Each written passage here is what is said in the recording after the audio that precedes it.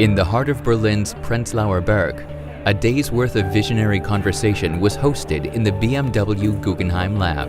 The lab really is like a conference, but rather than going to a conference where it's just listening, you can make things and you can do things and you can experiment with things. BMW I and Mashable teamed up to bring their global innovation series offline for the very first time. We're here because when we're talking about BMW I, it's not just only about owning a car, it's about how to come from A to B.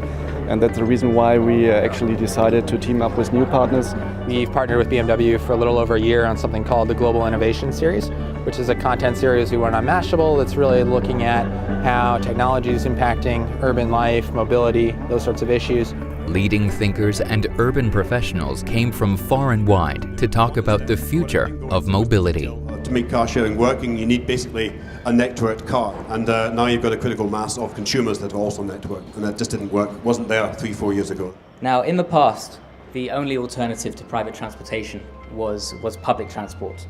Obviously now, we're getting a lot more with shared ownership, and then after shared ownership, we've got peer-to-peer.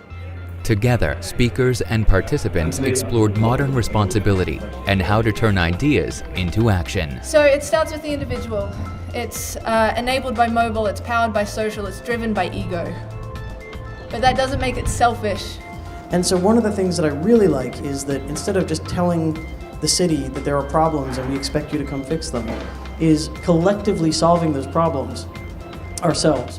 It was a day devoted to bringing visionary minds together, to network, and to reimagine the future of mobility.